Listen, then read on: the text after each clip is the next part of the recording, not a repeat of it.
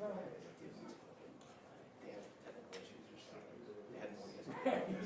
Right, yeah. It's hours, but it's 10 hours. We're all in our own. Yeah, I know.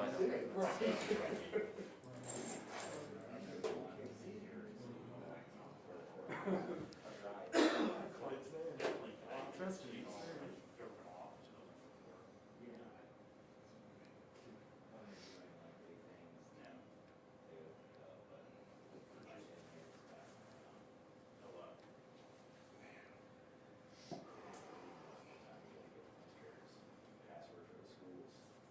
Yeah, I never got the schools. I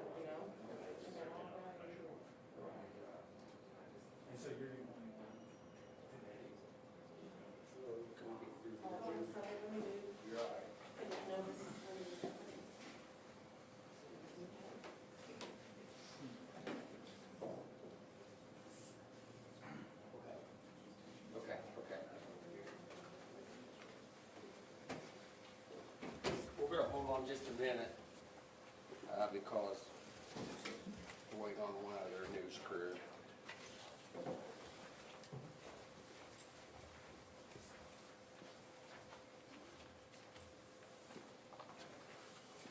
Thanks for coming.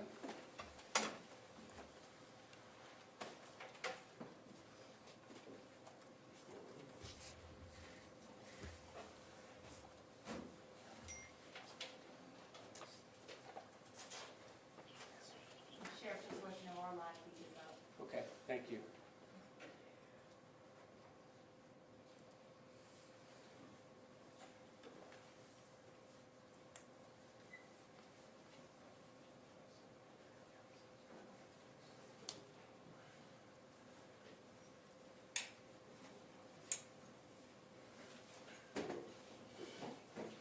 Obviously, what I would like to do, well, I'll start off. My name's Matt Myers. I'm Sheriff of Bartholomew County. I want to thank you all for coming to this news conference. It's involving, obviously, what we've been dealing with the last several days with Emma Sweet, the young girl that was missing and has been missing for some time. What I'd like to do is just give you a quick rundown on what we've already given and give you the updates on what happened today. And then I have a representative from the state police and from DNR who can ask questions, who you can ask questions to if you feel the need to. Before I start, I will tell you that in the 30 years that I've been involved in law enforcement, I've never seen a group of men and women work as hard as we have to find this young girl for the family. And I can tell you, as far as the sheriff of Bartholomew County, we couldn't have done it without the men that are standing up here next to me and their agencies. They played a vital role in this, and that's what's great about this county. When things like these tragic things happen, we can always depend on these men and women to come and help. So I want to thank these agencies and the volunteer fire departments and everybody else that assisted us with finding Emma. Okay, so let me start off here. Says on November 26th, 2021, at approximately 6 o'clock in the morning, our department was dispatched to the 1700 block of Blessing Road, and that's off of Beatty Lane. We were dispatched there due to several duck hunters that were hunting on the East Fork of the White River, and they came upon a pickup truck that was submerged. As they got up closer to the truck, they located a male in that truck, and that male has later been identified as Jeremy Sweet, age 39, of Columbus. They rescued him from the vehicle. They took him to shore. EMS was called, and he was transported to the Columbus Regional Health, where he's currently being treated there for hypothermia and frostbite, and is, my understanding, he is in critical condition at this point. So that happened. When we originally had contact with Mr. Sweet, he indicated, basically gave two stories, but when we're investigating that, but one of the stories was that he did have his 2-year-old daughter Emma with him when he went off the embankment. Now, when I'm saying embankment, I'm talking about a 15 to 20 foot earth embankment that he went up over, and it appears that he probably got stuck as he was going over that embankment. But what he originally said was that he possibly had dropped his daughter off someplace, prior to that incident happening. And then he said at the same time, there shortly after, that she was with him at the time he went in the water. So we immediately contacted these agencies and began a search in the river, and I will let them tell you a little more about that. And we also started a ground search just in that immediate area, trying to locate this 2-year-old. Okay, prior to us being called to that scene, the mother had filed a missing persons report on both Emma and Jeremy on Thanksgiving Day. Okay, so Thanksgiving Day they were filed as missing. So the following days when we located them, located Jeremy. So they begin the search. They can talk more about that in a few minutes. We worked all day. The day after Thanksgiving, trying to locate. We were unable to locate anything. The following day, the divers were able to, and they searched an area, I'd say a 100-foot area around the vehicle. And we were able to get the vehicle out the following day. We did a quick check to see if maybe Emma might be in the vehicle. Obviously she wasn't, so we have secured that vehicle and are going to obtain a search warrant just to kind of see if there's anything in there that might be useful to our detectives. Shortly after that, Emma's coat was located downstream, and I can't tell you for sure. I think it's probably 2 miles downstream. It was located by some individuals that were walking along the embankment, and our divers, I say our divers, the state police or DNR divers were able to get that coat and confirm that it was Emma's coat. So our detectives had talked to Jeremy on several different occasions, and he had given conflicted stories.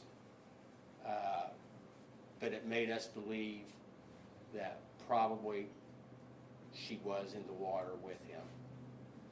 Because we had also done a ground search of about 25 volunteer firefighters yesterday as well, because we weren't sure if she was in the water or not. And that was again due to the conflicting stories of Mr. Sweet. So the coat was located, and so the next day we come in, we stop at nightfall, and we come in this morning, and we begin the search again. And I promised the family that we would find Emma. And I was confident with the group of men and women that we had out there searching, that we were focused that we would find her if she was in the water. And we got news that earlier that a diver had located her downstream, and so she was, they were able to basically get her out of the water, and she is now with the coroner, Bartholomew County coroner, there at the hospital. I don't want to get into, this is not about Jeremy Sweet today. This is about Emma and us locating this beautiful child and being able to give her back to her family. The family has been excellent to work with. They were down at the scene, and they were, I think it helped them to be able to see what all we were doing. I will tell you that Again, I can't say enough about the agencies that assisted us. We did, just so that you all know just the resources that we used the last few days. We had drones up. We've had the Indiana State Police helicopter was here on multiple occasions searching. DNR had more DNR people here than I've ever seen. Either the state police divers or the DNR divers were in the water at all times. We had the resources we needed to locate this girl. And although my heart goes out to the family and friends, there's a bit of comfort knowing that we have her now. And I will tell you that this is, in the 30 years of my law enforcement career, this is one of the smoothest operations, but this is one of the hardest operations that I've had to deal with, as far as knowing that that little girl was out there for 2 or 3 days and we hadn't located her. So with that, I'm going to open it up to any questions you all have.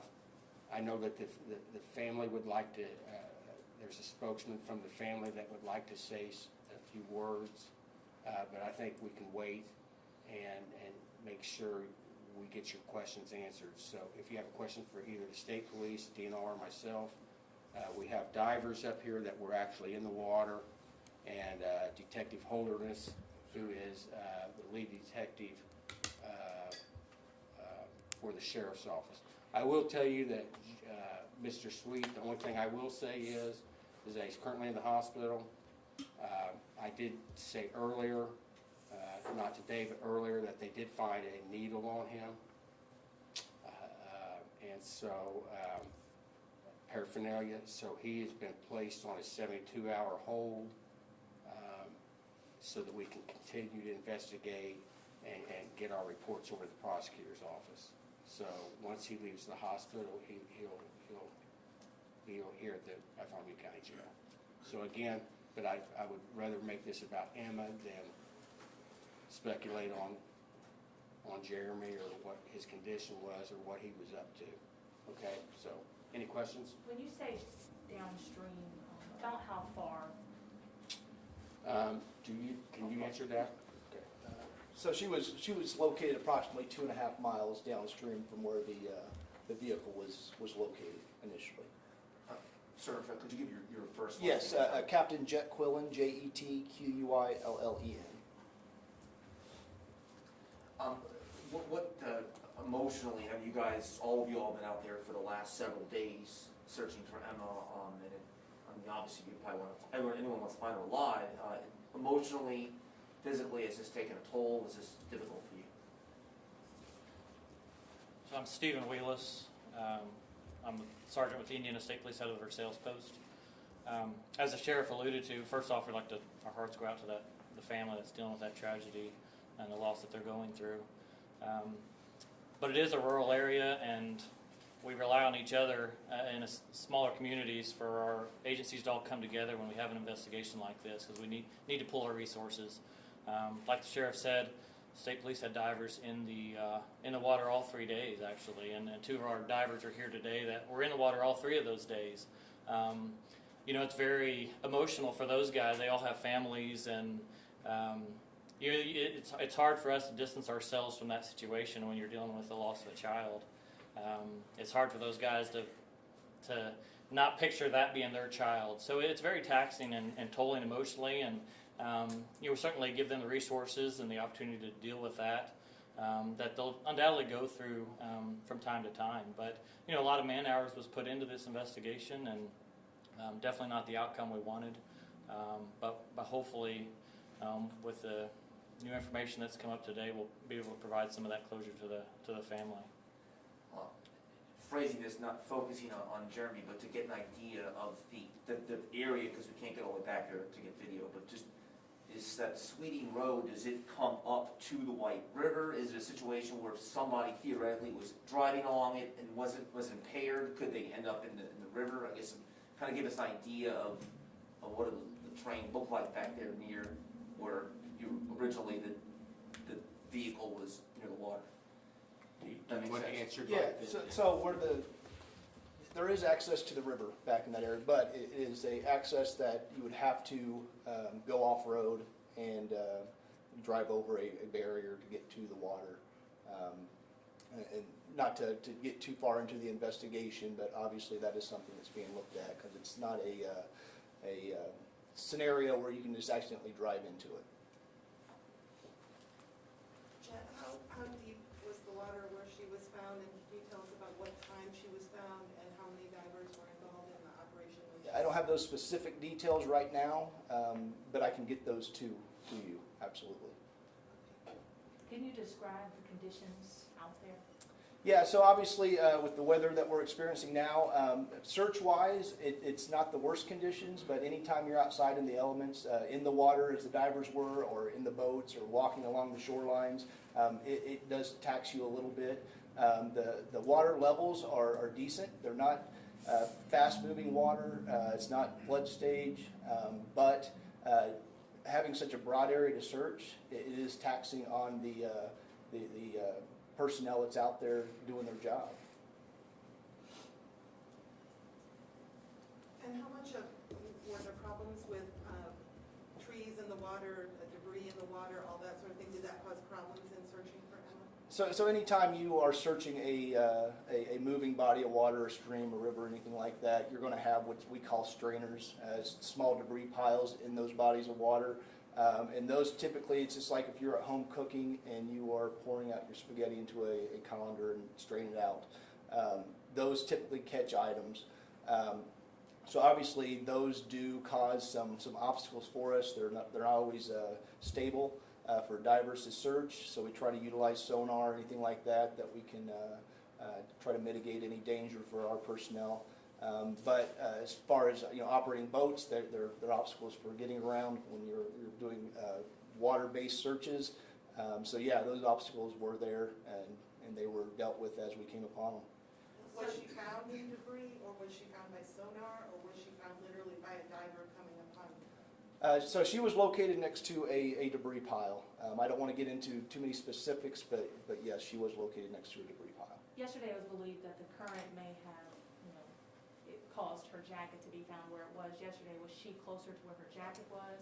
She was closer to her jacket than she was to the vehicle, yes. Approximately a half mile. But yeah, anytime you're moving, moving water is unpredictable. It would be easy to say, yes, when we're looking for a person or an object in the water, we know exactly where it's going to be. But like I alluded with the strainers and the obstacles in the waters, those cause items to be, stopped or hung up or slowed down, and it's always unpredictable. You go off what you have known and dealt with in the past, and you try to make your best educated guess on how to search certain areas and eliminate those areas and move on. Just Sheriff, you may mention at the top, but what time specifically did you find her? I can't give you that time either. Okay. We can get that for you. I think it was probably sometime after 11, I think. But I can't say for sure, but I'll get that.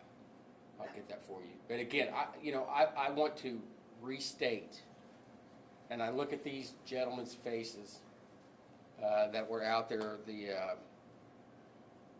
the whole time, and as a sheriff, I can't get in the water and do everything I want to, but I can't. But to watch these men and women perform the way they did, I just look at them and just shake my head. And that goes for the DNR and the state police, and you got the helicopter flying around, and you got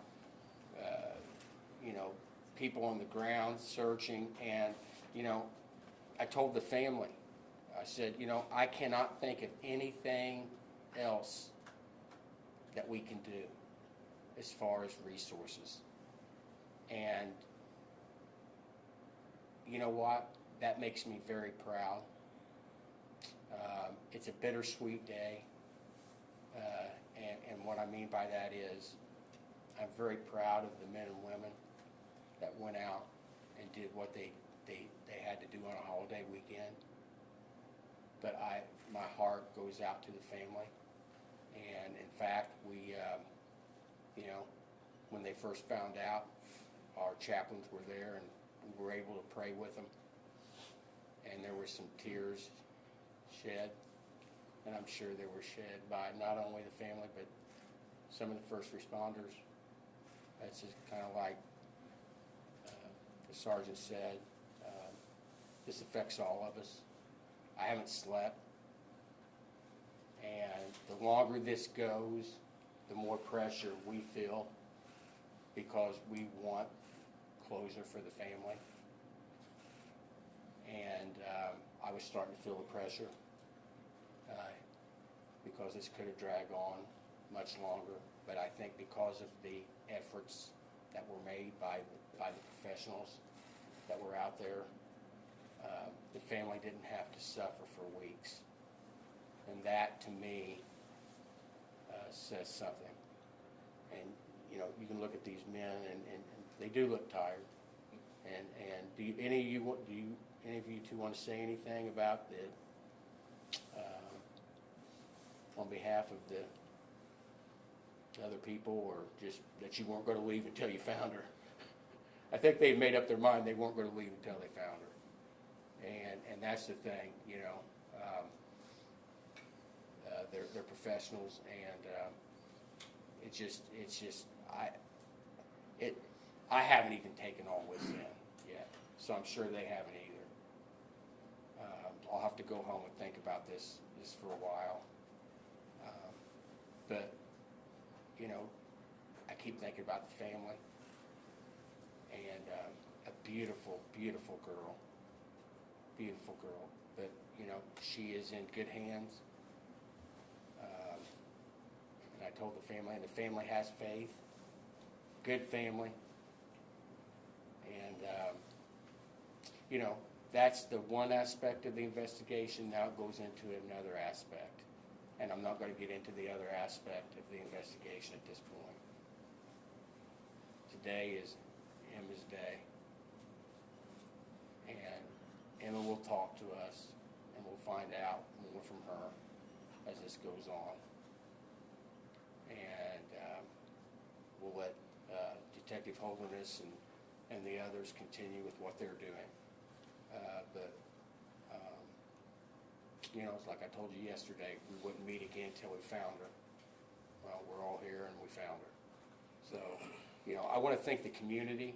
We had a large group of people want to help. My phone has rang off the hook.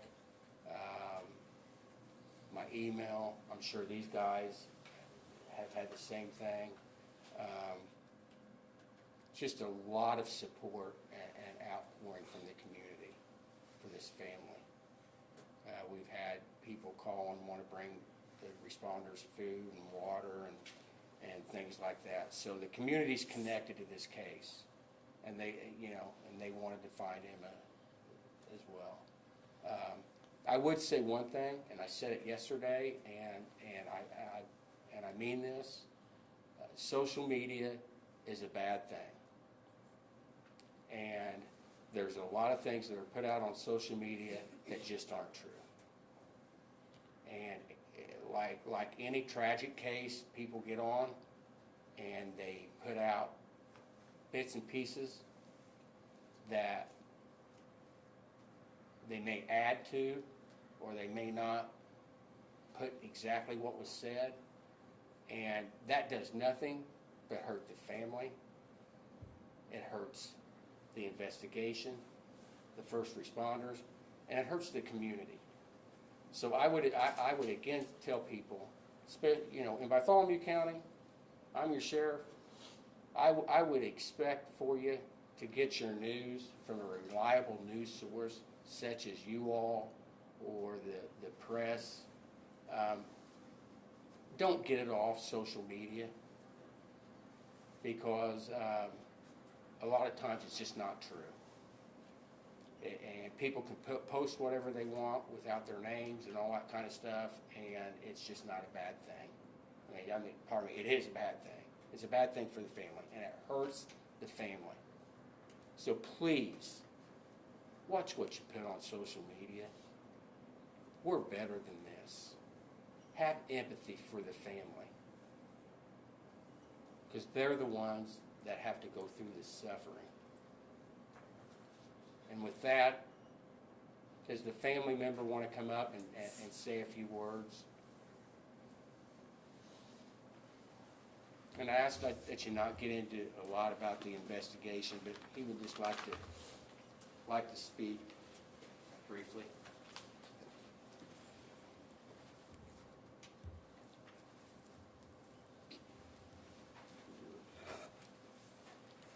On behalf of my family, I just want to appreciate what all these agencies have done, all the resources they put into finding Emma and to bring her home. The community outlook, we had outpour of love and support we've had from all them. And it all went in hand to bring Emma home. And I just want to thank you all. I want to thank your department. Thank the DNR divers for their constant search, and it was amazing. It was pretty incredible how much effort they put into finding this little girl. And we got her home.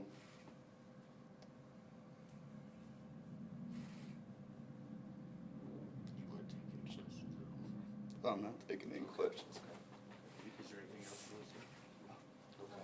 May we just have your name, sir? Brian O'Neill. Brian O'Neill, that is the uncle of Emma. And with that, I think we're gonna be done with the conference. Okay. Thank you all for coming. Thank you for your continued coverage of this, and God bless you all. Thank you.